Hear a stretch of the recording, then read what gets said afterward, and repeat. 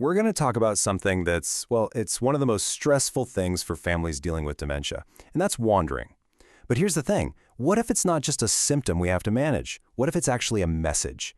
In this explainer, we're going to treat it like a mystery we can solve, using a little bit of science and a whole lot of compassion to figure out what's really going on. So imagine this. For one family, it all started with this quiet, almost unnerving pattern, a specific behavior that started showing up every single day, just like clockwork.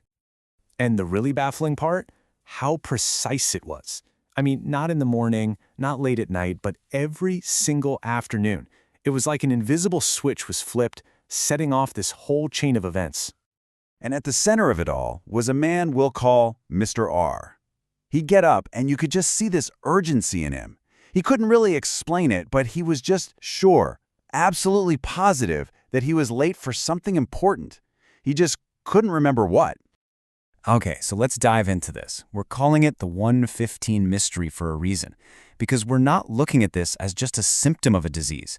We're looking for the logic behind it, the hidden meaning that, once you see it, really changes everything.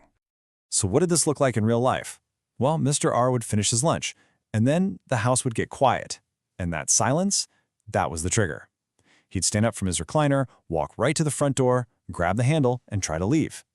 You can imagine how scary that was for his family. But for him, in that moment, it felt like the most important thing in the world.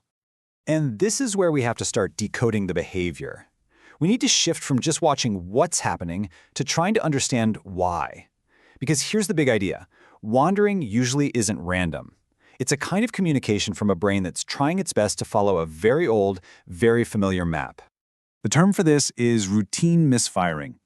Think about it. For 40 years, what did the quiet after lunch mean for Mr. R? It meant time to get back to work.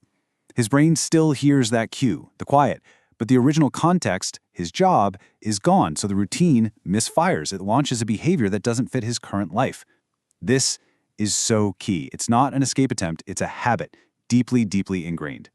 And what often happens is this behavior gets stuck in a loop, a cycle that actually reinforces it. It starts with a trigger. For Mr. R, it was the silence. That leads to the behavior, walking to the door. Then comes the response from the caregiver, which, totally understandably, is often to block him or plead with him, but that just makes him more confused and more agitated, which makes the urge to leave even stronger. And boom, the cycle starts all over again the next day. So the big question is, how do you break the cycle? Well, this is where behavioral science actually gives us a really clear practical plan. We're going to walk through a 4-step action plan based on something called Applied Behavior Analysis, or ABA. It's designed to interrupt this whole thing with kindness and a little bit of strategy. Step 1 is all about being a detective. You don't try to stop the behavior first. You start by figuring out what's kicking it off. For Mr. R, the trigger was crystal clear. The quiet, the low stimulation after lunch. That was the switch flipping on his old time to go to work program. Finding that trigger is the key to the whole puzzle. Okay, so once you know the trigger, you can actually change the environment to stop it from happening in the first place. This isn't about tricking someone. It's what the source calls behavioral kindness. So instead of letting that quiet settle in after lunch, you create what's called an anchor activity, something simple like sorting old photos or folding towels. You're just replacing one routine with a new, safer one. You can also move things like car keys or a jacket away from the door. Out of sight, out of mind, right? It just helps break that automatic chain of behavior. Step 3 is maybe the hardest, but it's so important. It's about changing our response. Our gut instinct is to say, stop, you can't go out. But that's like putting up a brick wall and it just leads to a fight. The behavioral replacement is to redirect that energy. Instead of stopping the movement, give it a purpose. Hey, walk with me for a minute, or could you help me fold these towels? You're giving that urgent feeling a safe place to go. And finally, step 4, reinforcement. When they engage in that new activity, you praise it. And it doesn't have to be a big deal. Just a simple, thank you so much for helping me with this, makes that new behavior feel important and successful. You're rewarding the calm, you're strengthening the connection, and you're making it much more likely that this new routine will stick. When you put all this together, you can see it's a huge shift, right? It's about moving away from confrontation and toward connection. It's about learning to listen to the emotional language that's being spoken, even if the words don't quite make sense. And that brings us to one of the most painful, most confusing things a caregiver can hear, especially when the person is literally standing in their own living room. I need to go home. What on earth does that mean?